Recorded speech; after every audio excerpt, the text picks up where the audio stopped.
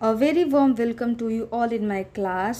मैं आशा करती हूँ कि आप सभी स्वस्थ होंगे, मस्त होंगे और घर पे रह के खूब जम के पढ़ाई कर रहे होंगे। तो इसी के साथ आज हम लोग अपनी क्लास शुरू करते हैं। तो आज हम लोग पढ़ेंगे approaches to the study of international relation, अंतर्राष्ट्रीय संबंधों के अध्ययन के लिए उपागम। तो उपागम की ज़रूरत पड़ी क्यों, या फिर उपागम कहते किसे हैं। सबसे पहले तो हम ये देखेंगे कि उपागम कहते किसे हैं। तो उपागम का मतलब होता है ओपिनियन, या फिर कोई दृष्टिकोण, या फिर नज़रिया। तो हर एक व्यक्ति के पास, जितने भी विश्व में व्यक्ति हैं, उनके पास अपना अलग अलग नज़रिया है। ऐसा नहीं है कि कोई अगर किसी चीज़ को अच्छा देख रहा है तो दूसरा व्यक्ति भी उस चीज़ को अच्छा ही समझे, वो उसमें कुछ निगेटिविटी भी देख सकता है। तो इसे ही अप्रोच कहते हैं। तो आगे देखते हैं कि approach refers to selection of criteria for selecting, studying, explaining and understanding an issue और प्रॉब्लम। तो किसी इशू या फिर प्रॉब्लम या कोई परिस्थिति को समझने के लिए, उसे किसी और को बताने के लिए, उसे चुनने के लिए या फिर उसे पढ़ने के लिए कोई व्यक्ति अगर किसी एक दृष्टिकोण का इस्तेमाल कर रहा है, किसी एक ओपिनियन का इस्तेमाल कर रहा है, तो हम उसे ही अप्रोच कहते हैं।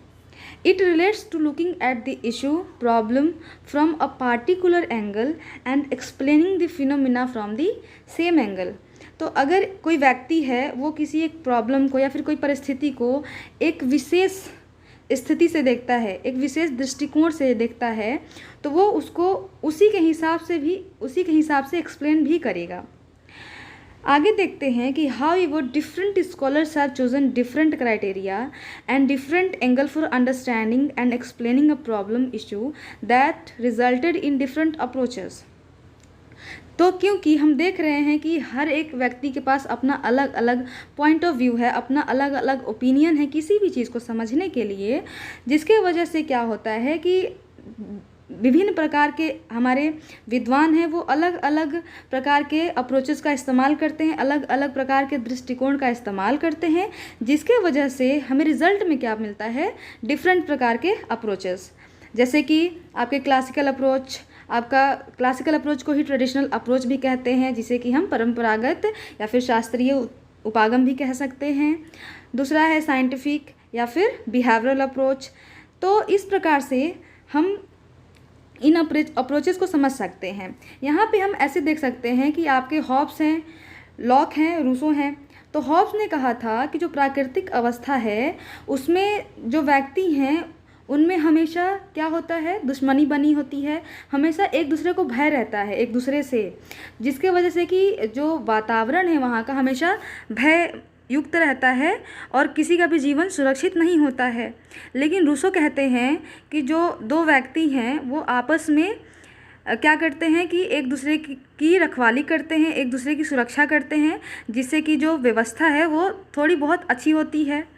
और आपके जो लॉक हैं वो कुछ ज़्यादा ही उदारवादी हैं, तो उनका मानना है कि जो व्यक्ति वो ईर्ष्यालु तो है, लेकिन वो मिलजुल के इसलिए रह रहा है क्योंकि उन दोनों को एक दूसरे से मतलब है। तो इस प्रकार से हम देख रहे हैं कि जो विभिन्न प्रकार के आपके जितने भी स्कॉलर्स हैं, उनकी जो दृष्टिकोण है वो अलग अलग होने के कारण हमारे पास अलग अलग अप्रोचेस उपस्थित होते हैं। तो आगे हम देखेंगे क्लासिकल अप्रोच या फिर ट्रेडिशनल अप्रोच, जिसे कि परंपरागत उपागम या फिर शास्त्रीय उपागम कहते हैं। इन्हें शास्त्रीय उपागम इसलिए कहा जाता है क्योंकि ये बहुत ही पुराना दृष्टिकोण है। तो जो क्लासिकल अप्रोच है वो मेनली कंसर्न है क्या, आईआर के डिस्क्रिप्टिव एनालिसिस के लिए। जो इंटरनेशनल रिलेशंस है उसका पूरा जो व्याख्या है वो पूरा डिस्क्राइब करना ही क्लासिकल अप्रोच का मेन ऑब्जेक्टिव है। Main objective is to report and analyze current international event issues and problems and then to speculate on this। इनकी जो मेन ऑब्जेक्टिव है वो क्या है कि जो करंट प्रॉब्लम चल रहा है, करंट इंटरनेशनल मतलब कि अंतर्राष्ट्रीय संबंध में, अंतर्राष्ट्रीय क्षेत्र में जो प्रॉब्लम्स चल रही हैं, पहले हम उनको क्या करेंगे, रिपोर्ट करेंगे, फिर उससे जो रिज़ल्ट निकलेगा उसी को हम आगे क्या करेंगे, लागू कर देंगे। आगे देखते हैं कि जो क्लासिकल अप्रोच है वो क्या कर रहा है, emphasizes the study of such discipline as diplomatic history, international law and philosophy in order to develop a better insight and understanding of the event, issues and problems. तो जो कोई इवेंट है, कोई इशू है या फिर कोई परिस्थिति सिचुएशन है, उसको अच्छे से समझने के लिए, उसको बहुत ही अच्छे से समझने के लिए ये क्या करते हैं, हिस्ट्री का अध्ययन करना चाहते हैं। ये इंटरनेशनल लॉ, जो अंतर्राष्ट्रीय कानून है, उसका अध्ययन करते हैं, ये दर्शन का अध्ययन करते हैं, फिर जा कर के किसी भी चीज़ का वो रिज़ल्ट देते हैं। अगर कोई प्रॉब्लम अराइज होता है तो हम उस प्रॉब्लम को तुरंत ना समझ करके हम उसके पीछे जाएंगे कि पहले क्या हुआ होगा जिससे कि आज ये ऐसा सिचुएशन आया हुआ है। तो जो क्लासिकल अप्रोच के मानने वाले हैं वो इस काम को करते हैं। जो ट्रेडिशनलिस्ट हैं, जो परंपरागत उपागम के विद्वान हैं या फिर विचारक हैं, वो strongly distrustful of the behavioralist approaches that focuses on strict scientific standards and method such as formulating hypothesis, data collection and the use of statistical analysis for concluding results।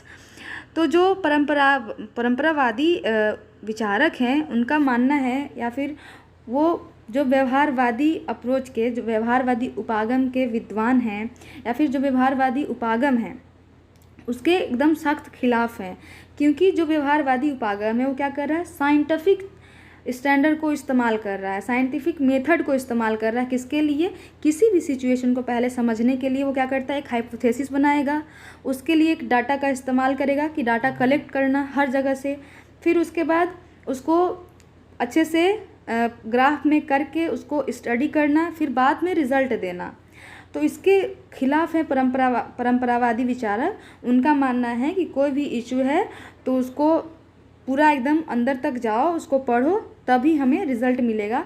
लेकिन जो व्यवहारवादी हैं, जो साइंटिफिक अप्रोच के वैज्ञानिक हैं, जो scientific approach के मानने वाले विचारक हैं, उनका मानना है कि अगर कोई प्रॉब्लम हो रहा है तो हम उसे डायरेक्ट भी समझ सकते हैं। तो अब देखते हैं कि साइंटिफिक अप्रोच होता क्या है।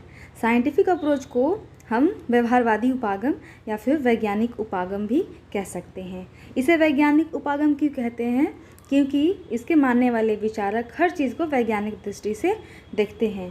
ये उपागम प्रथम विश्व युद्ध के बाद बहुत ज़्यादा फेमस हो गया था, इसको बहुत सारे लोग जानने लगे थे। इस उपागम के विचारक मानते हैं कि जो अंतर्राष्ट्रीय संबंध है वो व्यक्ति को भी क्या करता है, इन्वॉल्व करता है। तो क्यों ना इन व्यक्तियों के व्यवहार को हम स्टडी करें। तो इन व्यक्तियों के व्यवहार के अध्ययन से हम ये पता लगा सकते हैं कि नेक्स्ट क्या हो सकता है, नेक्स्ट प्रॉब्लम अगर होती है कहीं पे तो वहाँ पे फिर कैसी सिचुएशन होगी।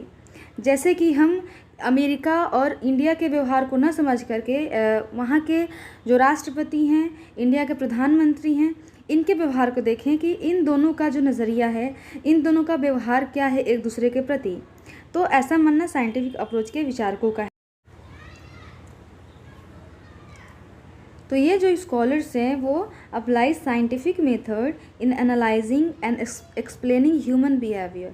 ह्यूमन बिहेवियर को एक्सप्लेन करने के लिए, उसको एनालाइज करने के लिए, उसको समझने के लिए, जानने के लिए ये साइंटिफिक मेथड को अप्लाई करते हैं ताकि हम किसी भी व्यक्ति के बिहेवियर को जानें। तो साइंटिफिक मेथड होता क्या है, सबसे पहले हम एक हाइपोथेसिस बना लेंगे, फिर उसके लिए हम डाटा कलेक्ट करेंगे हर जगह से, फिर हम उस डाटा को एक जगह रखेंगे, उसको रख करके हम उसे स्टडी करेंगे, फिर बाद में हम रिज़ल्ट देंगे। इसी को हम साइंटिफिक अप्रोच कहते हैं। तो ये जो साइंटिफिक अप्रोच के स्कॉलर्स हैं उनका मानना है कि aims to develop theories and general principles to help in understanding international phenomena and predicting events। इनका जो एम है, इनका जो गोल है, इनका जो लक्ष्य है वो क्या है कि सबसे पहले हम एक थियरी को डेवलप करें। किस बेसिस पे, साइंटिफिक मेथड के बेसिस पे एक थियरी को डेवलप करें ताकि अगर वैसे ही कोई सिचुएशन आगे भी जब आएगी, जब फ्यूचर में वैसे ही कोई सिचुएशन आती है तो हम इस थियरी को अप्लाई करके हम उसका रिजल्ट जान सकें। जो साइंटिफिक अप्रोच के स्कॉलर्स हैं वो concern with the method than the substances subject matter while the traditional approach. जो परंपरागत उपागम के विचारक हैं वो सब्जेक्ट मैटर को ज़्यादा महत्व देते हैं, लेकिन जो साइंटिफिक विचारक हैं, जो वैज्ञानिक विचारक हैं, उनका क्या है कि वो मेथड पे ज़्यादा बल देते हैं, ना कि सब्जेक्ट मैटर पे। तो इस प्रकार से ये जो साइंटिफिक अप्रोच है या फिर बिहेवियरल अप्रोच है, इसे व्यवहारवादी उपागम भी कहते हैं। और व्यवहारवादी उपागम का मेन काम होता है मनुष्यों के व्यवहार का अध्ययन करना, ना कि जो अतीत में चीज़ें हुई हैं, जो पास्ट में चीज़ें हुई हैं उसको पढ़ना। क्योंकि होता क्या है कि जो शास्त्रीय उपागम या फिर जो परंपरावादी उपागम के विचारक हैं वो क्या करते हैं कि अगर आज कोई प्रॉब्लम हुई है तो उसका रिज़ल्ट बताने के लिए 20,000 साल पुरानी चीज़ों को ला कर देते हैं।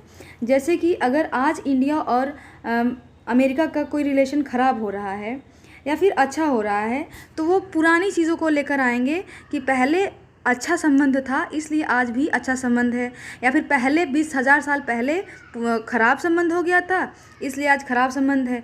लेकिन जो साइंटिफिक विचारक हैं, जो वैज्ञानिक विचारक हैं, जो व्यवहारवादी उपागम के विचारक हैं, उनका मानना है कि आज जो सिचुएशन है, आज अगर भारत के पास भी उसकी भी आर्थिक स्थिति अच्छी है और अमेरिका की भी आर्थिक स्थिति बहुत अच्छी है, तो वो क्या करेगा कि वो अपने ही जैसे अच्छे देशों के साथ, अच्छे मजबूत देशों के साथ अच्छा संबंध बनाना चाहेगा। तो इसलिए वो पुरानी चीज़ें क्या हुई थी उस पर ध्यान न दे करके आज की जो स्थिति है उसके जैसा ही वो व्यवहार करेगा। तो ऐसा साइंटिफिक अप्रोच के मानने वाले विचारक कहते हैं। तो इस प्रकार से हम देख रहे हैं कि जो अप्रोच है वो एक थियरी नहीं, एक सिद्धांत नहीं है, वो एक उपागम है, एक दृष्टिकोण है जो कि समय समय पर बदलता भी रहता है और उसको मानने वाले अलग अलग लोग भी होते हैं। मैं आशा करती हूँ कि आपको आज की क्लास अच्छी लगी होगी। इसके साथ ही हम अपनी क्लास ख़त्म करते हैं। Thank you for watching.